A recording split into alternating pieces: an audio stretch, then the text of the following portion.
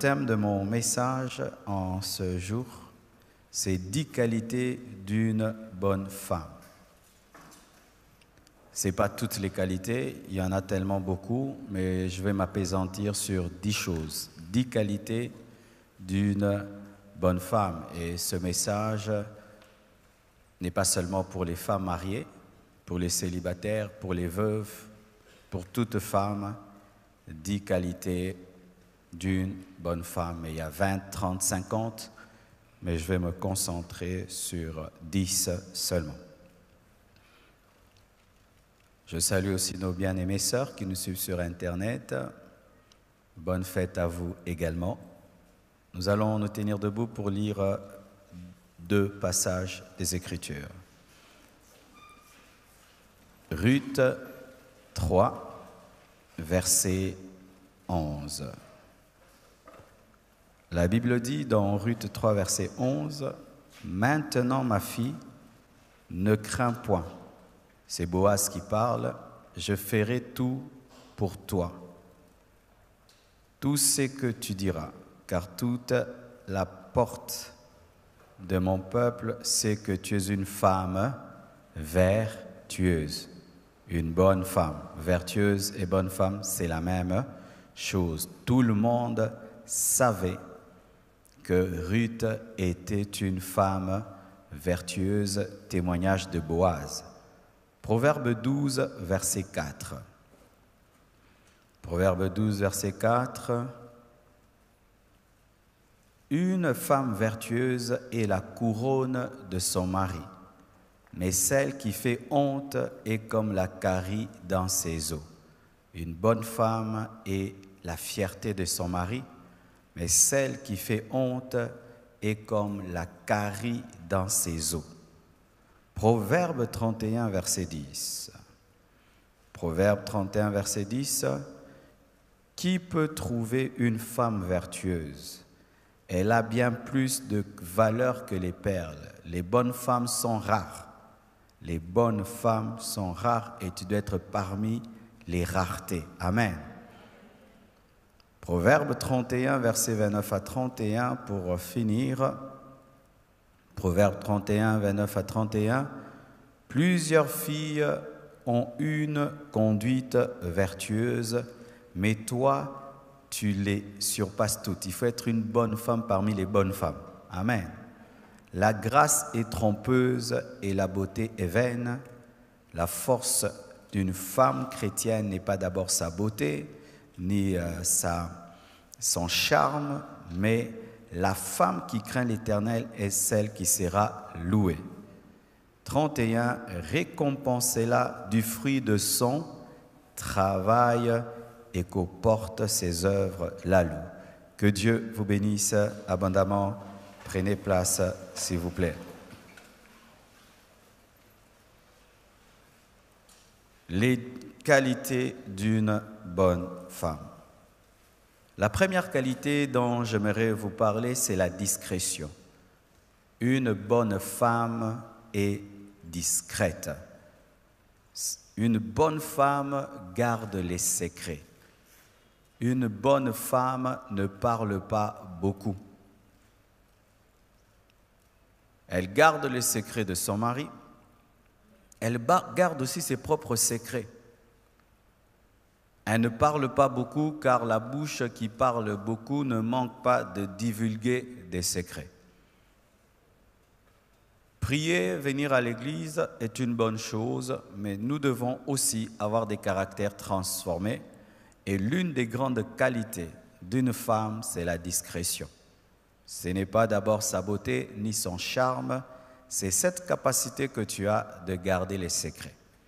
Les secrets même de tes propres enfants, car il y a des mères qui détruisent la vie de leurs enfants en disant à tout le monde les problèmes de leurs filles, les problèmes de leurs garçons.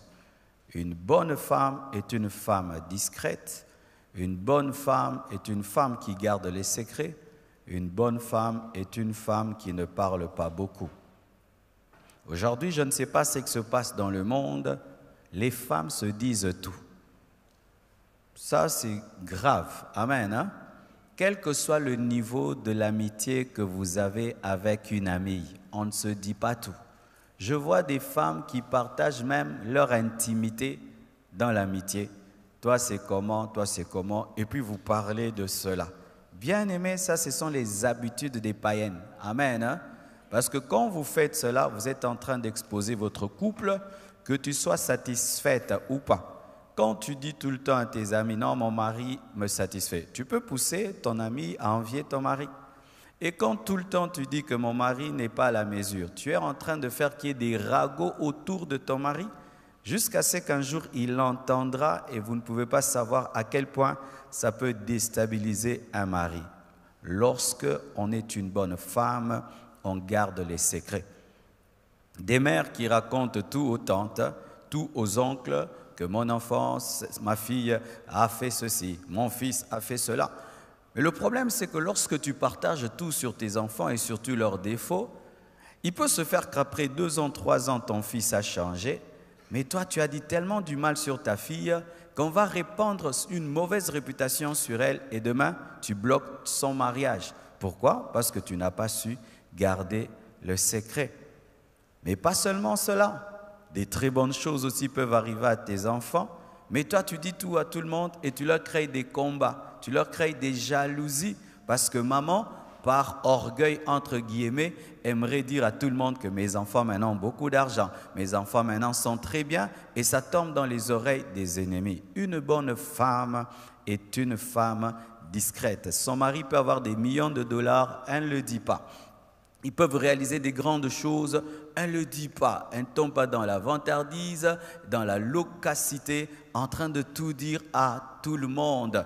Et quand même, elle a des problèmes avec son mari, elle ne va pas le répandre partout. Même à l'église, chère maman, quand vous avez des problèmes dans vos maisons, ce n'est pas que vous devez aller dire partout. Pourquoi? Dans 2 mois, 3 mois, vous allez vous entendre, mais les gens gardent cette image-là que vous ne vous entendez pas. Quand vous avez des problèmes, venez voir les pasteurs, venez voir certains responsables, point, barre, arrêtez. Quand vous avez des problèmes dans votre couple, chère maman, de le dire et de le dire et de le dire et de le dire. Et il y a un merveilleux exemple dans la Bible d'une femme discrète, Esther. Esther était dans une terre étrangère, elle était juive. Mais cette femme est devenue reine dans une terre étrangère et elle avait caché ses origines. Amen. Elle avait caché ses origines. Pourquoi ce n'était pas stratégique de révéler qu'elle était juive? Ça allait créer un problème dans sa vie et même perturber la destinée d'Israël. Elle a révélé ses origines quand c'était le temps de Dieu. Imaginez avoir un grand secret comme celui-là, où on ne sait pas d'où tu viens. Et ça te démange, dis que tu es juive, mais elle peut garder le secret de ses origines parce que Mardochée, l'homme rempli du Saint-Esprit, lui a dit, ne le dis pas. Est-ce que tu as cette capacité de garder une information et de la révéler seulement au temps de Dieu? Si tu as cette capacité, tu es une bonne femme. Mais si tu n'as pas cette capacité, tu es une mauvaise femme. Et je t'assure, ça te créera des sérieux problèmes. L'indiscrétion, la loquacité, bien-aimé, amène toujours des problèmes. Priez le Seigneur de vous donner la maîtrise de la langue. Amen. Une bonne femme sait maîtriser sa langue et Esther, par cette qualité, est devenue reine. Alléluia. Elle est devenue reine parce qu'elle était discrète. Si Esther n'était pas discrète, elle n'allait jamais devenir une reine. Elle n'est pas devenue reine seulement parce qu'elle était vierge et parce qu'elle était belle. Non, non, non. Elle est devenue reine parce qu'elle avait pu cacher qu'elle était juive. Amen. Une deuxième chose, l'humilité. Une bonne femme est humble. Il y a de moins en moins de femmes humbles aujourd'hui. L'humilité est devenue une denrée rare parmi les femmes à cause du modernisme, à cause de l'émancipation de la femme, à cause de la parité, à cause maintenant du fait que les femmes ont le même niveau intellectuel que les hommes, gagnent comme les hommes, travaillent comme les hommes, vont dans des grandes entreprises comme les hommes.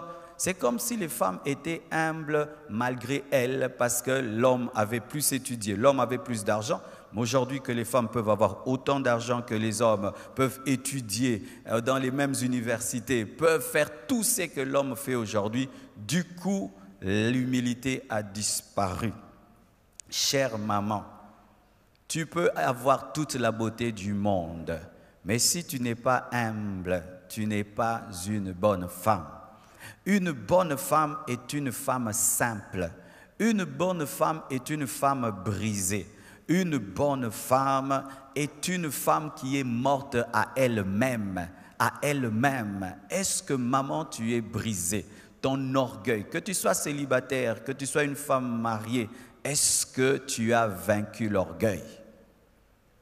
L'orgueil face à ton intellect, l'orgueil par rapport à ta beauté, l'orgueil par rapport à l'argent de ton mari ou ton propre argent, l'orgueil par rapport à ton niveau intellectuel, l'orgueil de la femme peut venir de beaucoup de choses. Est-ce que tu as vaincu l'orgueil? Si tu n'as pas vaincu l'orgueil, il y aura un problème au niveau de ton mari parce que ton orgueil fera toujours que tu vas t'opposer à ton mari. Et si tu es célibataire, ton orgueil fera que tu t'opposes toujours à ton fiancé. Et il y a des sœurs qui ne se marient pas parce qu'elles sont orgueilleuses, c'est tout. Elles n'ont pas un démon de célibat, c'est l'orgueil. Tu es orgueilleuse, tu peux avoir un problème avec ton fiancé, jamais tu ne peux demander pardon. Tu peux avoir un problème avec ton fiancé, jamais tu ne peux t'humilier. Tu peux avoir un problème avec ton fiancé, jamais tu ne feras le premier pas. Et comme ça, les années passent, 30 ans, 35 ans, 40 ans, tu ne te maries pas. Tu chasses les démons de gauche à droite alors qu'il n'y a pas un problème démoniaque. Tu as un problème de caractère, tu es orgueilleuse. Voici l'exemple d'une femme humble dans la Bible. Marie, la mère de Jésus. Vous savez pourquoi je dis que Marie était humble? Elle est allée dans la chambre haute, mais elle n'a pas pris le devant pour prêcher à la place de Pierre, disant « c'est moi la mère de Jésus, je vais prêcher ». Elle était dans la chambre haute, mais n'était pas chef dans la chambre haute, alors que Jésus était son fils. Elle pouvait dire « je suis la mieux placée pour prêcher le jour de la Pentecôte ». Non, elle se fait petite, elle ne dérange pas Pierre, elle ne dérange pas les apôtres et on ne sent même pas Marie déranger l'église primitive. Tu t'imagines ton fils meurt à la croix et puis il commence une grande église, première prédication, 3000 membres, il fallait que Marie soit tout le temps là. Hey, l'église de mon fils, je dois être diaconesse, l'église de mon fils, je dois être ancienne de l'église. Marie n'a jamais fait cela. Quelle humilité, elle n'a jamais dérangé les apôtres. Et j'aime, bien-aimés frères et sœurs, cela. Est-ce que tu as la capacité de te faire petite des fois? Tu as la capacité de diminuer des fois? Alors que tu as la connaissance, tu as l'intelligence, tu as l'argent, tu as tout, mais tu t'humilies. Une bonne femme est humble. Une bonne femme est brisée, taillée, façonnée par la croix de Jésus-Christ. Tant que tu es vivante par rapport à toi-même, tu ne seras jamais une bonne femme. Et surtout dans le mariage, ce qu'un homme cherche, c'est une femme humble. Une femme humble garde son mari. Une femme orgueilleuse va le perdre parce que pendant que tu manifestes de l'orgueil face à ton mari, il rencontrera une femme qui manifeste l'humilité et il risque d'être attiré par elle. L'humilité. Ton mari parle, tu te tais. Alors que tu as des arguments, tu le laisses terminer et puis tu parleras, tu ne lui coupes pas. L'orgueil amène les femmes à couper leur mari. Je dis toujours aux femmes, si vous étiez des hommes, tu aimerais avoir une femme qui te coupe la parole? Si tu étais un homme, chère maman, parce que des fois vous ne vous mettez pas à la place des hommes. Si tu étais un homme, tu as épousé une femme, tu aimerais que quand tu lui parles, qu'elle te coupe? Ou tu aimerais avoir une femme, quand tu parles, elle garde silence et puis elle parle ensuite. Je ne vous dis pas non plus de vous taire, mais laissez le mari terminer et puis parler. Parce que c'est un manque de respect que de couper la parole à ton mari. Journée de la femme, alléluia. Il ne fallait pas m'inviter. Troisièmement, c'est une travailleuse. Une bonne femme est travailleuse. Et quand je dis travailleuse, une fois je l'ai dit dans la convention des femmes, travailler, ce n'est pas seulement travailler dans une entreprise, avoir un emploi. c'est être active. Car pour ma part, vraiment, même les femmes ménagères travaillent.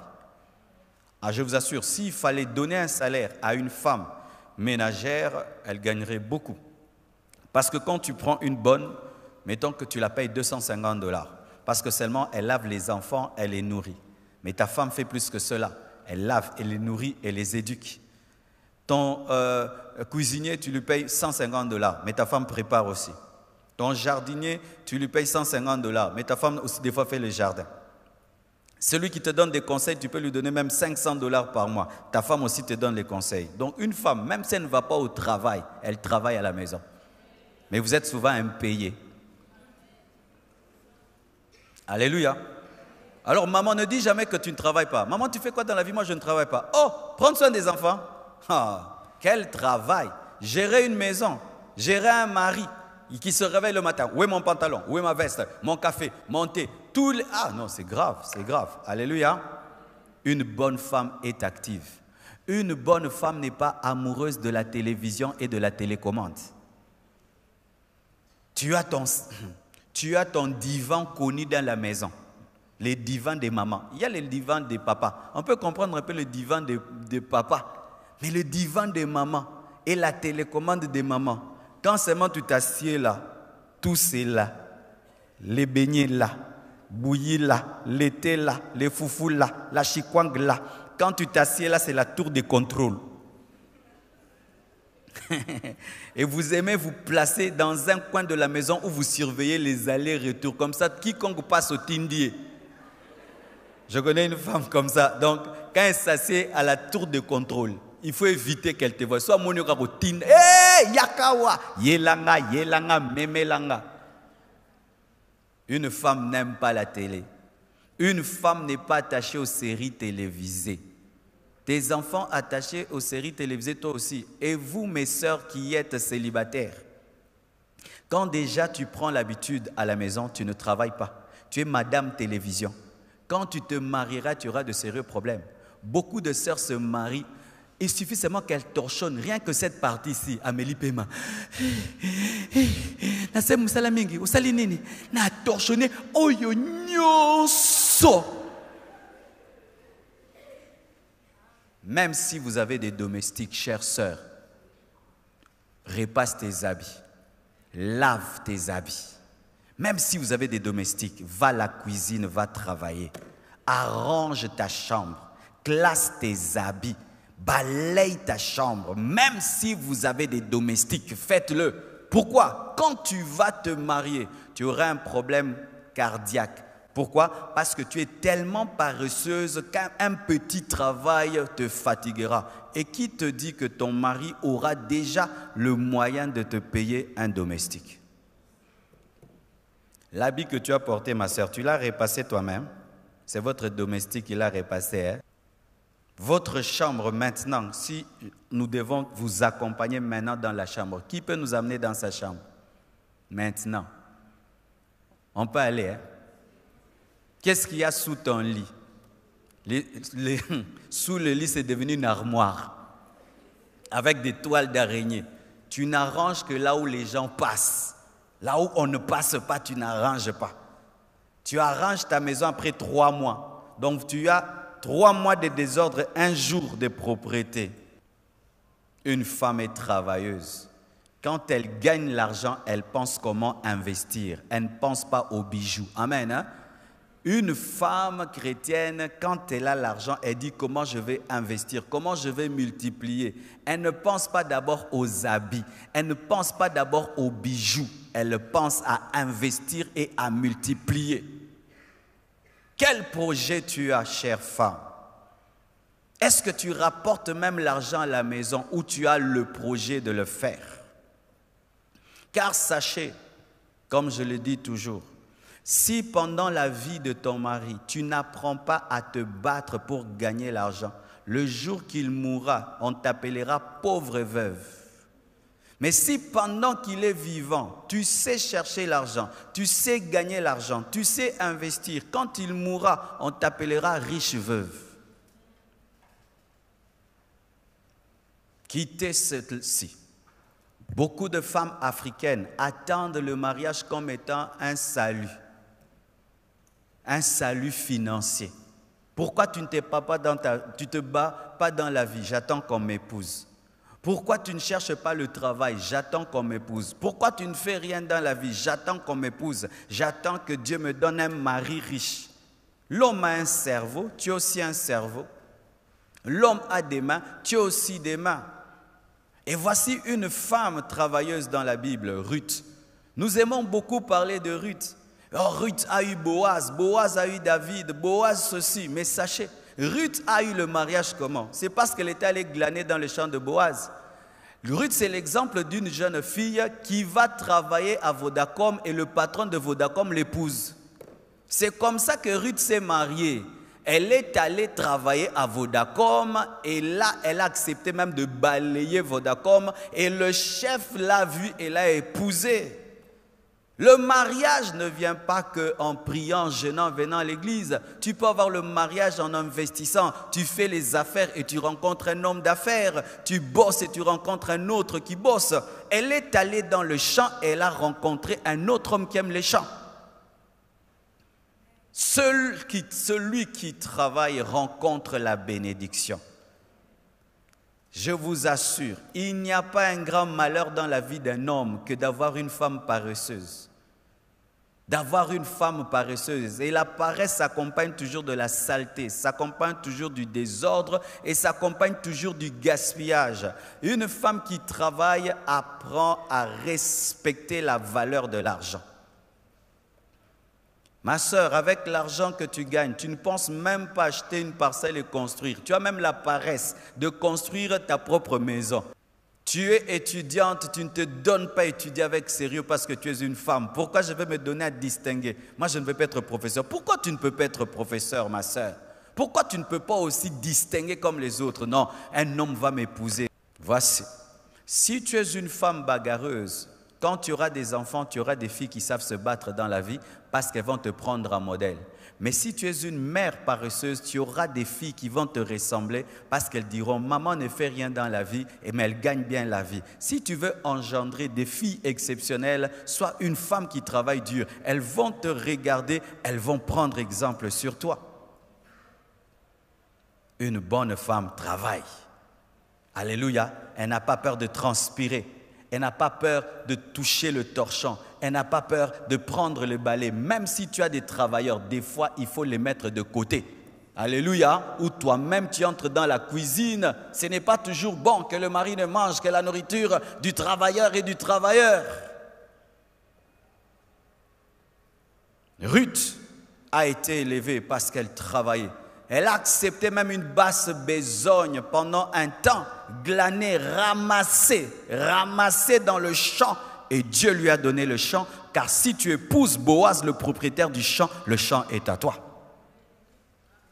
Des fois, accepter de commencer petit, où on te donne un petit salaire, mais tu manifestes l'excellence et tu as la promotion. Bamisala pamba pamba oyo. Oh, tu peux commencer comme glaneuse et puis tu deviens propriétaire du champ.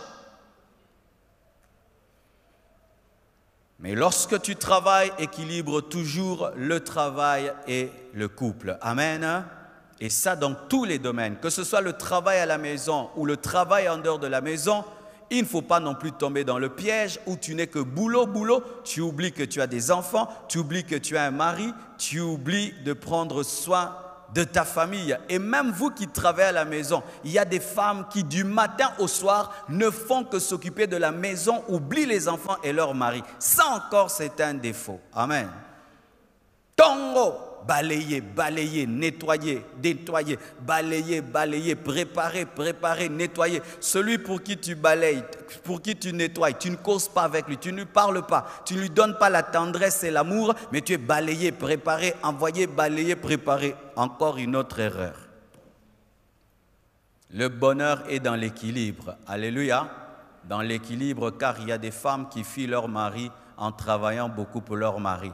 Elle ressemble à Marthe qui est allée cuisiner pour Jésus-Christ pour ne pas écouter Jésus. Et il y a des femmes comme ça qui ne passent pas du temps avec leur mari, mais en train de cuisiner pour leur mari, en train de préparer pour leur mari, alors qu'il faut d'abord que tu aies l'intimité avec ton mari et ensuite tu cuisines pour lui. Car ta nourriture ne sera pas bonne dans sa bouche si tu n'as pas d'intimité avec lui. Amen. Hein? Évitez cela. Vous n'avez pas d'intimité, mais vous êtes tout le temps cuisine. Ce n'est pas la parole de Dieu. D'abord l'intimité, ensuite la cuisine. Quatrièmement, une bonne femme est propre. Une bonne femme ne sent pas comme un garçon. Vous voyez, les frères, des fois, ils sentent le bouc. Oh, frère, sur l'interbo, mais tu n'as pas berger. Non, frère, Solomo, bozo, mais tu n'as pas frère Royo, au salara wapi. Mais il y a des sœurs aussi qui sentent comme ça. Mais ça, c'est grave, hein? Une sœur qui sent comme un garçon. Avec tous les parfums des Chinois qu'il y a aujourd'hui, même des parfums de 1000 francs, 2000 francs, maman, tu sens mauvais. Alors nous qui ne dormons pas avec toi, on sent que tu sens mauvais. Maintenant, c'est lui qui dort avec toi. Il meurt. Il meurt seulement. Il y a un peu de Congo, il y a un côté de Moussoussou. Oh non, il y a la kabete à Okufa.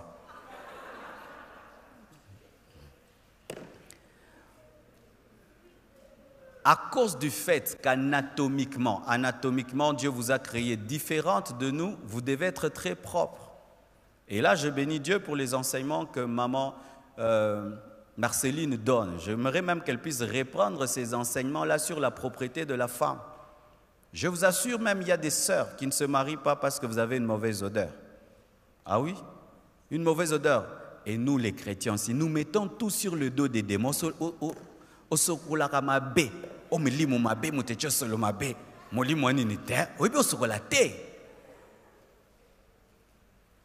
nos mamans avaient des mamans qui les apprenaient à se laver. Les mamans d'aujourd'hui ont honte d'apprendre à leurs filles à se laver. Et il y a des filles qui se lavent comme des garçons, qui se lavent vraiment comme un garçon. Alors qu'aux garçonté. La nuit, tu ne te laves pas. Une fille. Donc, maman Marceline, il faut revenir à ces enseignements-là. Comment une femme doit se laver et pourquoi? Parce que ça peut te créer des problèmes. Et demain, dans la vie, un homme, il est beau, il est propre. Alors, il ne peut pas épouser une femme qui est moins propre que lui. Impossible. Tu n'aimes pas brosser tes dents. Tu ne sais pas prendre soin de ton intimité. Et des odeurs bizarres sortent de ton corps. C'est pourquoi quand vous avez des amis, chères sœurs ou chères mamans, des fois, causez bien entre vous. Donne-moi la main, je parle. Surtout vos mèches.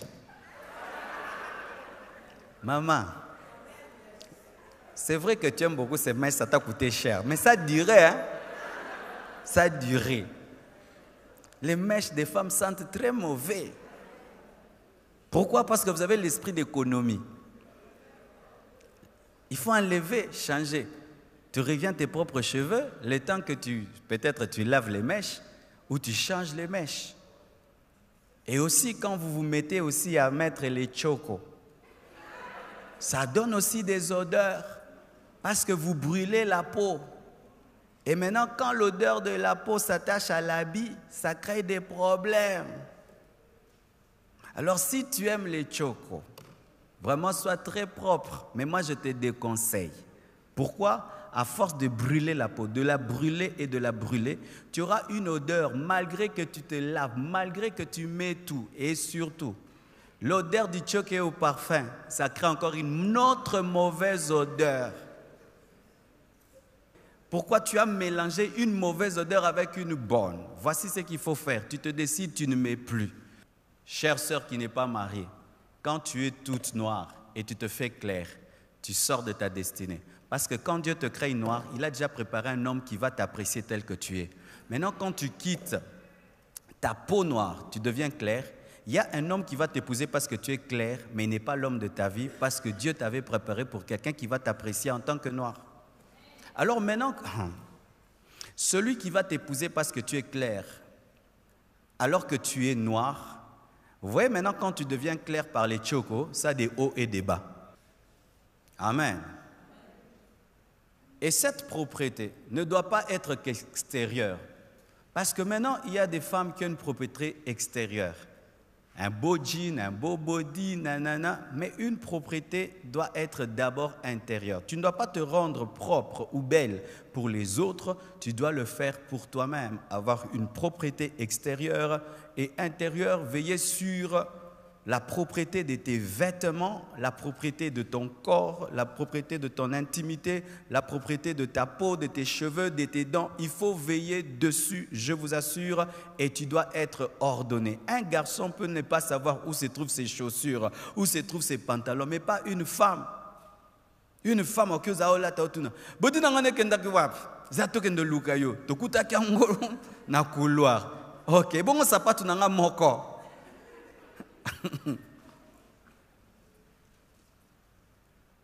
Une femme doit être ordonnée, avoir l'esprit des détails, perfectionniste. Je vois déjà ma petite fille Choukrani, comment elle est ordonnée. Personne ne lui a appris cela. Elle-même décide dans sa chambre, tout est à sa place. Si tu mets les désordres, elle peut pleurer. Elle peut pleurer. Quand on repasse ses habits, elle interdit qu'on mette ses habits dans la garde-robe. Mettez ses habits sur le lit, elle-même va les classer. On dit, pourquoi tu veux toi-même classer? Pour les retrouver facilement. À cet âge-là. D'ailleurs, chère maman, Bilambam Subokaba, ces habits-là que vous gardez, que vous ne portez pas, que vous regardez sans porter, offrez-les. Ça crée du désordre dans votre maison. Amassant des chaussures, amassant des pagnes, amassant des choses que tu ne porteras jamais, mais c'est là. Ça remplit ta garde-robe pour rien. Ça crée un désordre. Prenez le temps d'enlever et d'offrir. Car amasser amène toujours un problème d'ordre. Quel exemple nous avons? Esther encore. Esther a été choisie parce qu'elle avait Dieu. Mais voyez la préparation d'Esther pour devenir reine. La Bible nous dit, elle se parfumait d'aromates, elle se lavait dans l'huile, elle se lavait dans le lait, elle se faisait belle et propre, malgré qu'elle avait une grande destinée, malgré que c'était une femme d'onction, malgré que c'était une femme puissante. Esther se parfumait, Esther se oignait d'huile. J'aimerais parler aux sœurs qui sont très très spirituelles. La spiritualité ne doit pas faire de toi un garçon. Amen, hein? Car nous remarquons que les femmes, plus elles deviennent spirituelles, elles ont l'onction, elles ont l'autorité spirituelle, elles veulent devenir des hommes. Non, Esther avait la grâce de Dieu, elle avait la puissance de Dieu sur sa vie, mais Esther prenait soin d'elle, elle était propre. Je vous assure, si même Esther avait une grande destinée et que se présentant devant le roi, elle était sale, elle sentait mauvais, il n'allait pas l'épouser. Cinquièmement, une bonne femme est calme. Une bonne femme a la maîtrise de soi. Une bonne femme est douce. Une bonne femme est patiente. Une bonne femme a un ton de voix qui calme. Une bonne femme est disciplinée. La Bible nous dit que lorsque Anne la prophétesse avait perdu son mari, elle avait décidé de servir Dieu dans le jeûne et la prière. C'était vraiment une vie de discipline. Et Anne est un exemple de maîtrise de soi. Le Seigneur lui avait demandé, après son mariage, de se consacrer à lui. Et jusqu'à sa mort, cette femme s'est consacrée au jeûne et à la prière. Une femme qui ne se maîtrise pas, qui ne maîtrise pas son corps, qui ne maîtrise pas ses pulsions sexuelles, qui ne maîtrise pas sa langue, qui ne maîtrise pas sa colère, est une mauvaise femme. Quand tu es en colère, tu te comportes comment? Quand ton corps te dérange et tu brûles et que tu traverses une période d'ovulation, comment tu te comportes? Il y a des sœurs en Christ, quand elles passent par l'ovulation, elles deviennent païennes. L'ovulation n'est pas un démon, c'est Dieu qui vous a créé ainsi. Et quand tu es rempli du Saint-Esprit, pendant que tu traverses ta mauvaise période, tu dois avoir la discipline. Il y a des sœurs qui sont consacrées en fonction de leurs hormones. Quand les hormones dérangent, elle devient impudique. Quand les hormones se calment, elle a la crainte de Dieu. Ta crainte de Dieu n'est pas par le Saint-Esprit. Ça dépend de ton corps. Alléluia. Une bonne femme a la discipline. Car mes frères et sœurs, imaginez un grand homme qui épouse une femme qui n'a pas la discipline de son corps. Et un jour, tu entends, elle est tombée avec le jardinier, elle est tombée avec le chauffeur. Quelle honte! Quelle honte! Toutes ces femmes que vous entendez, qui commettent des scandales, manquent la discipline. Anne était disciplinée, consacrée à Dieu, dans le jeûne et dans la prière jusqu'à sa vieillesse. Une femme n'est pas agitée, agitée comme un enfant. Tu es turbulente comme un garçon, agitée comme un garçon. C'est pourquoi le port des pantalons des femmes, des fois, les fait oublier qu'elles sont des femmes. Elle est calme, elle a la maîtrise de soi, la douceur. Une bonne femme est douce. Je remarque des fois que lorsque nous n'arrivons pas vers le caractère du Saint-Esprit, nous présentons souvent une raison. Moi, je suis comme ça, c'est ma manière d'être. Non, quand le Saint-Esprit vient dans ta vie, il te transforme. Quand Jésus vient dans ta vie, il te transforme. Si tu étais une femme qui parlait bizarrement, qui parlait durement, qui réagissait brusquement, le Saint-Esprit dans ta vie te donne la douceur, te remplit de patience et te donne un ton de voix calme. J'ai parlé du ton de la voix mercredi. Le ton de la voix est très important dans le mariage parce que ça détermine même la réponse de ton mari. Ma chérie, mais d'habitude tu rentres à 20h. Aujourd'hui, pourquoi tu rentres à 0h? Qu'est-ce qui s'est passé à l'église? Ah, on a eu un cas de délivrance, vraiment on n'a pas pu finir et tout le reste. Excuse-moi, j'ai tenté d'ailleurs de t'appeler, ton téléphone était fermé, ça se passe bien. Le ton de la voix a déterminé ma réponse. Tu sais pourquoi ton mari te répond bizarrement? C'est parce que tu poses les questions bizarrement. Tu lui poses des questions comme si c'était ton petit frère qui est rentré en retard. Si tu as un ton de voix rempli de douceur, ton mari te répondra avec douceur. Même vos enfants, si tu veux que tes enfants te disent tout ce qu'ils ressentent, le ton de la voix compte. Comment tu as eu 0 sur 10? Je vous avais demandé de me donner un professeur à la maison, vous ne l'avez pas fait. Oh, au fait, comment tu as encore 0? Qu'est-ce qui se passe? Au fait, ces derniers temps, j'étais distrait, mais je vous promets de faire mieux. Le ton de la voix détermine la réponse. Et la maîtrise de soi se révèle dans le ton de la voix. Lorsque tu sens la colère, ton mari fait quelque chose, les enfants, la femme qui a la maîtrise de soi, malgré qu'elle ressent la colère, quand la parole va sortir dans la bouche, ce sera une parole douce. Mais celle qui n'a pas la maîtrise de soi, ce qu'elle ressent, c'est ce qu'elle dit. Tu ne peux pas toujours, ce que tu ressens, tu le dis. Ce que tu ressens, tu le dis. Donne-moi l'amen. Sixièmement, une bonne femme est sensible, sensible aux besoins des autres. Une bonne femme est compatissante. Une femme n'est pas dure. Une bonne femme, quand quelqu'un souffre, elle souffre avec elle. Quand quelqu'un a faim, elle sent sa faim. Quand quelqu'un pleure, elle pleure avec. Une femme n'est pas insensible. Et voyez Tabitha Dorcas, elle était sensible aux besoins des pauvres, aux besoins des veuves, aux besoins des orphelins. Que fais-tu pour les veuves? Que fais-tu pour les orphelins? Dans ta maison, tu prends soin de qui? Ma sœur, même si tu n'es pas mariée, as-tu compassion des gens facilement? Te mets-tu facilement à la place des autres? Cela peut révéler aussi si tu seras une bonne mère. Une jeune fille célibataire, remplie de compassion, sera une bonne maman. Pourquoi? Tu te mettras à la place de tes enfants. Tu protégeras ton mari, tu protégeras tes enfants. Tu seras sensible à leurs problèmes, à leurs douleurs. Mais quand tu es une jeune célibataire, tu n'es touché que par tes propres problèmes, jamais par les problèmes des autres. Lorsque tu entreras dans le foyer, tu ne seras pas sensible aux besoins de ton mari, sensible aux besoins de tes enfants, car il est possible d'être une femme mariée, mais tu n'aimes pas tes enfants et tu n'aimes pas ton mari. Ah oui, ah oui.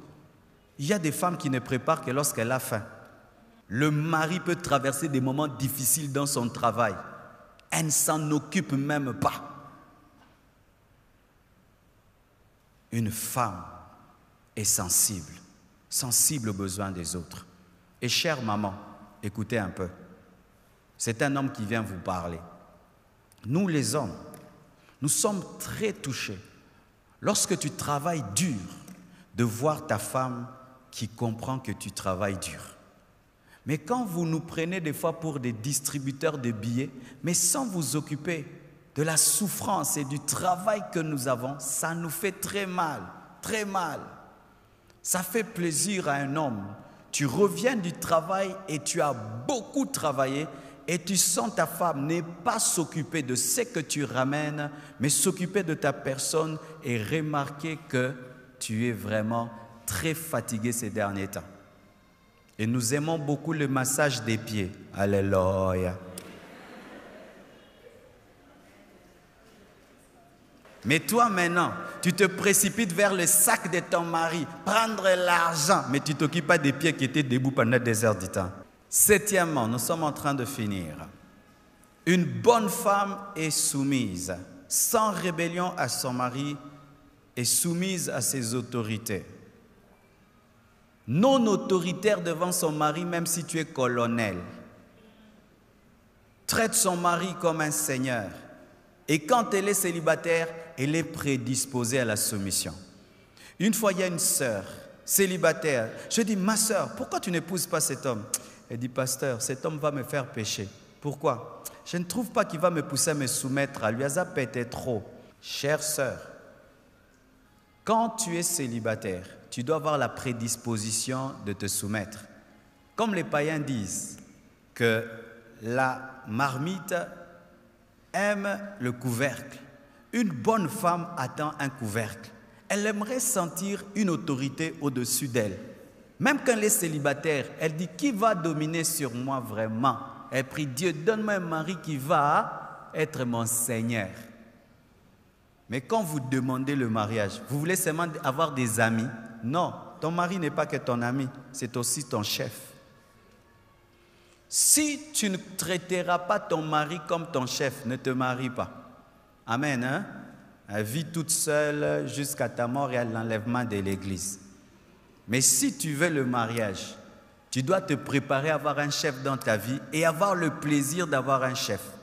Chère maman, à moins que ton mari n'est pas un homme, mais un homme vraiment au vrai sens du terme, est incapable d'être heureux avec une femme insoumise. Un vrai homme, jamais, jamais, même s'il est rempli du Saint-Esprit, même Jésus n'est pas en communion avec une église rebelle.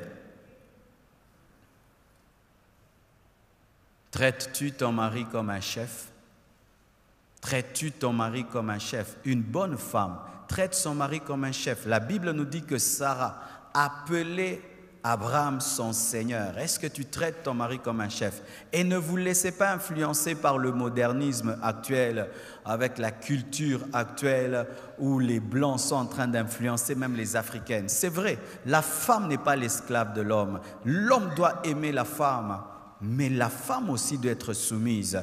Dieu a établi l'homme comme étant le leader du couple et vous devez l'accepter. L'un des problèmes que nous avons aujourd'hui dans les nouveaux mariages, les jeunes mariés d'aujourd'hui, les femmes n'arrivent plus à se soumettre. Une bonne femme est soumise à son mari. Le traite comme un chef, comme Sarah. Huitièmement, une bonne femme a l'esprit de prière. C'est une intercesseuse. C'est une femme de supplication.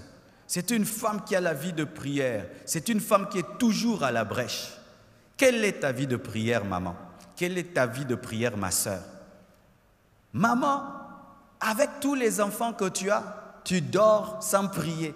Tu te réveilles sans prier. Tu passes toute une journée sans prier avec tous les combats qu'il y a dans les maisons.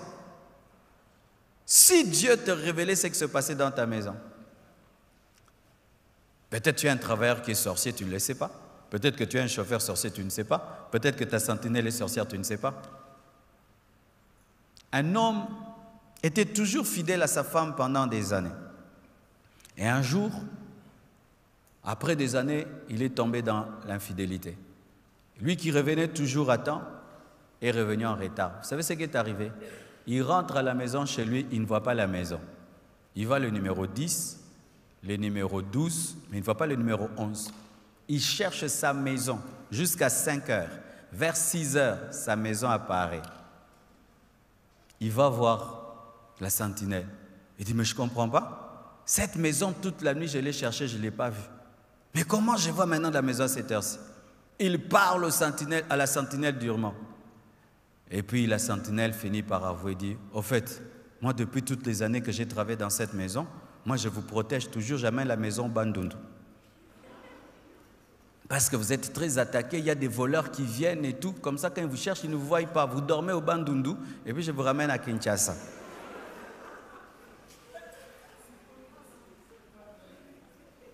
Alors ce jour-là, il avait cru que le patron avait dormi dans la maison parce qu'il avait emprunté une autre voiture.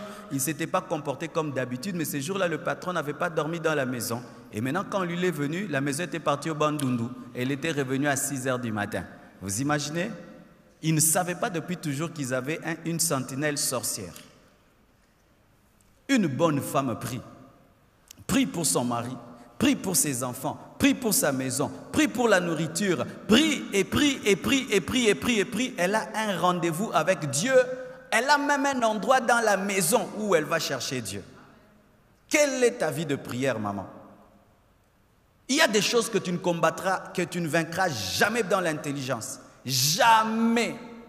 Les démons, les puissances des ténèbres, un mauvais caractère d'un mari, tu vas le changer comment? En te fâchant? Si tu te fâches, il se fâche davantage. Ma mère a gagné mon père à genoux. Mon père pouvait sortir et il revient tard. Ma mère se lève, il la tape encore. Hein? Il a tort et puis il la tape. Et puis il repart encore 3 jours. Il revient encore, il tape. Ma mère a commencé à fréquenter les gens du full gospel. Elle a commencé à prier et Dieu a changé son mari. Tu vois le mauvais caractère de ton mari, il persiste parce que tu ne pries pas. Tu te chamailles, tu te chamailles, tu te chamailles, tu rends le mal pour le mal au lieu de prier, alors qu'il y a une puissance de ténèbres derrière votre couple qui veut le détruire, amener le divorce. Mais toi, une femme, tu ne pries pas, tu passes le temps devant la télé. 1 heure du temps que tu passes devant la télé, si tu pouvais transformer 1 heure de télévision en heure de prière, tu aurais déjà vu le résultat dans ta maison. Vous passez le temps devant novelas, télévision, WhatsApp, Internet, mais peu de temps de prière et vous êtes étonné que la gloire de Dieu ne se manifeste pas dans vos vies. Ma sœur, une fille célibataire qui a déjà l'esprit de prière amènera cela dans sa maison. Oh, ma sœur, c'est maintenant que tu dois avoir la vie de prière. Amen. Hein? C'est maintenant que tu dois avoir la vie de prière. Lorsque tu es une femme de prière célibataire, tu seras une maman de prière. Sinon, Dieu va te donner la vie de prière par les problèmes dans les foyers. La Bible nous parle d'une femme de prière, Anne, la mère de Samuel. Quand elle a eu des problèmes dans son foyer et que les enfants ne venaient pas, elle a commencé à aller vers son mari, donne-moi les enfants et tout le reste. Après, elle a compris que ce n'est pas mon mari qui va me donner les enfants, ce n'est pas Elkana qui va me donner les enfants, c'est l'Éternel. Elle s'est tenue devant Dieu, elle a commencé à prier, et puis elle a fait un vœu à Dieu. Si tu me donnes cet enfant, je te le donnerai. Et Dieu lui a donné un prophète. Elle avait atteint un niveau de prière qui dépassait même le sacrificateur, de sorte qu'il ne pouvait pas comprendre sa dimension spirituelle, pensant qu'elle était ivre alors que cette femme vibrait en esprit. Une bonne femme est une femme de prière. Et je vous assure, un homme, même si c'est un païen, s'il a une femme qui prie, il se sent en sécurité. Il y a des païens comme ça. Je connais un monsieur païen, il sait que Dieu parle à sa femme. Lui, chaque fois qu'il trompe sa femme voit. Partout, sa femme voit. Il dit, hé, cette femme m'attrape. Tu sais comment il fait? S'il veut que Dieu lui parle, quand sa femme dort, il dit, Seigneur, moi je sais que tu ne me parles pas, mais cette fille-là, tu lui parles. Et qu'est-ce qu'il fait? Il prie, et puis il touche sa femme. Dieu, montre-la. Et la femme rêve la nuit. Le matin, dit, chérie, j'ai vu, tu voulais faire telle affaire, mais Dieu ne voulait pas ça. Amen. Si tu veux faire une affaire, chérie, mais prie pour cette affaire. Et puis elle prospère. Et si sa femme le maudit, il est maudit. Arrête de me maudire, pardon. Un homme se sent en sécurité, même les enfants. Je vous dis, des enfants qui dorment dans la maison, mais qui entendent leur maman la nuit. Tu vas vraiment ponguer bien. Ah, alléluia. Chère sœur, travaillez déjà votre intimité avec Dieu, dès maintenant, alors que vous êtes célibataire. Parce que quand le mariage vient, le mariage perturbe la vie de prière. Demandez à toutes les femmes qui se sont mariées. Sinon, surtout si tu épouses un homme qui n'est pas spirituel, un homme qui est charnel, Il va combattre ta vie de prière parce qu'il ne comprend pas comment tu peux prier 3 heures du temps. Profitez maintenant que vous avez la vie, vous êtes seul pour bâtir une vie avec Dieu. Amen.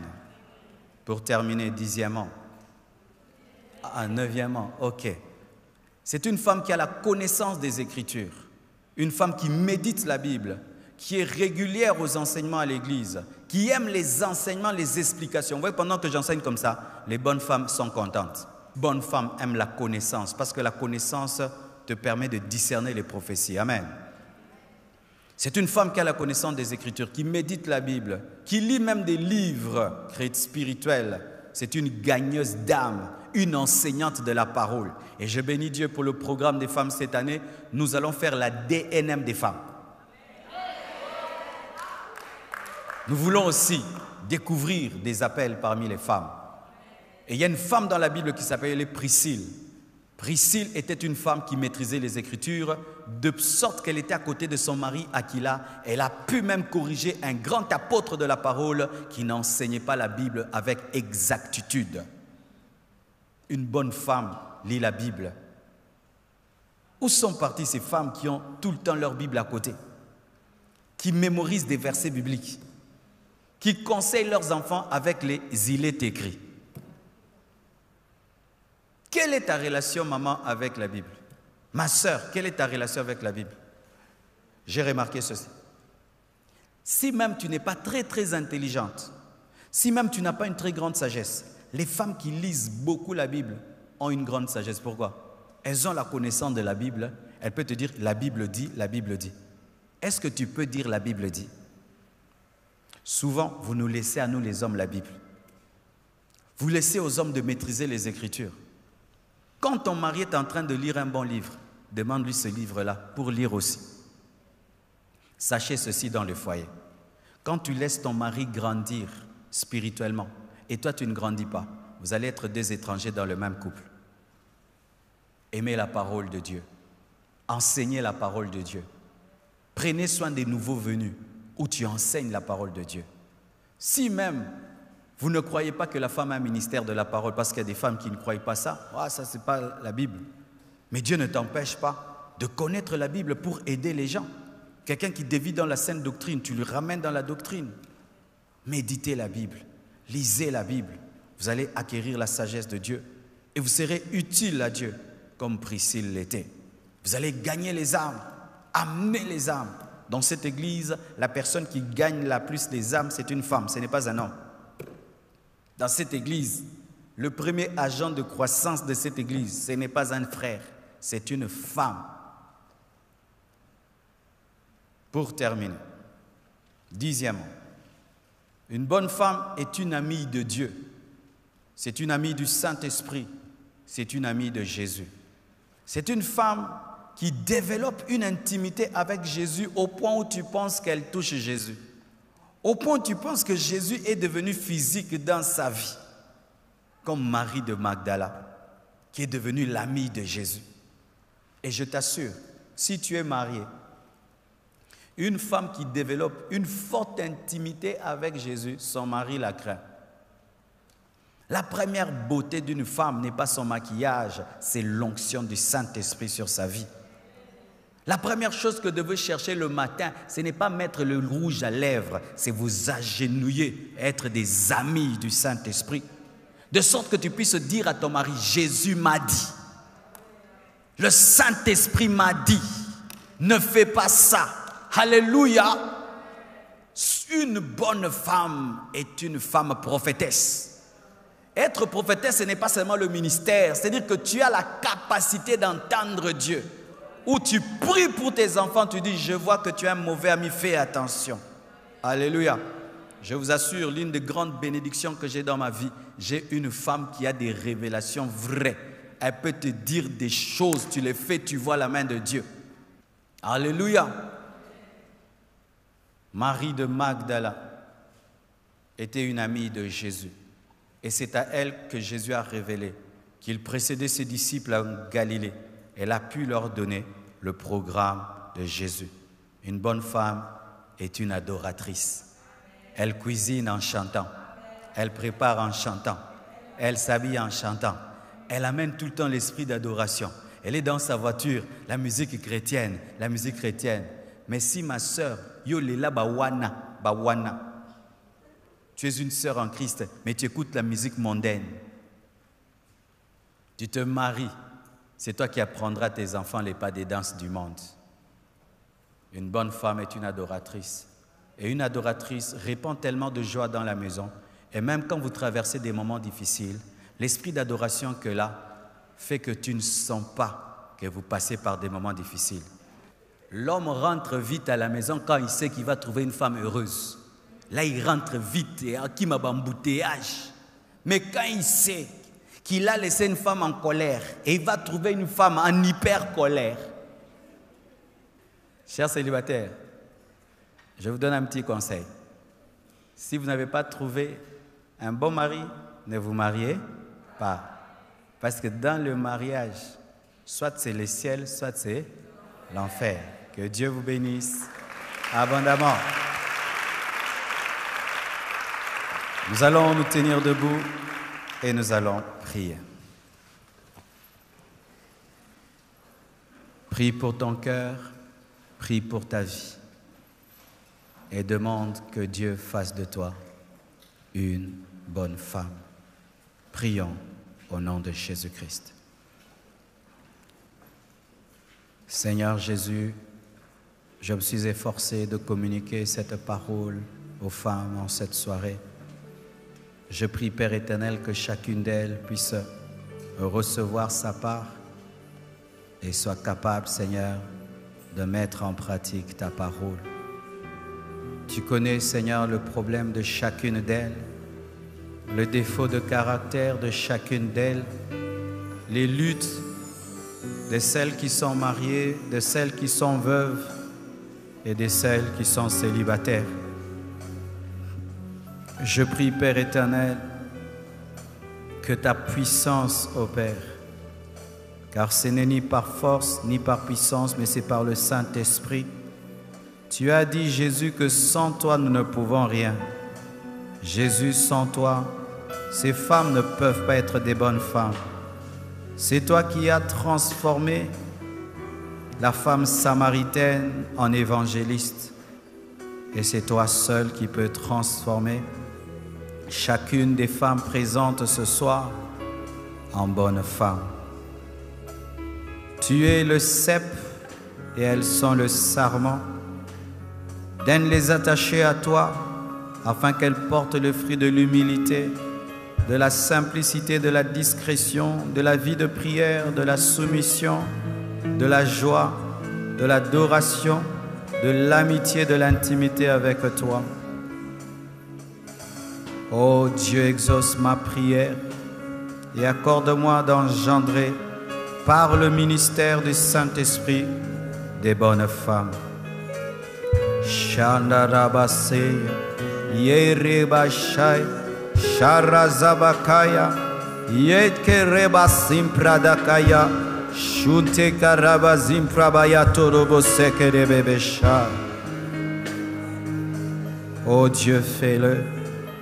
Ô Dieu, accomplis-le. Donne-leur le discernement des esprits. Donne-leur la connaissance de la parole, la maîtrise des Écritures, une vie qui porte des fruits à ta gloire. J'ai ainsi prié au nom de Jésus-Christ de Nazareth. Amen. Que Dieu vous bénisse abondamment.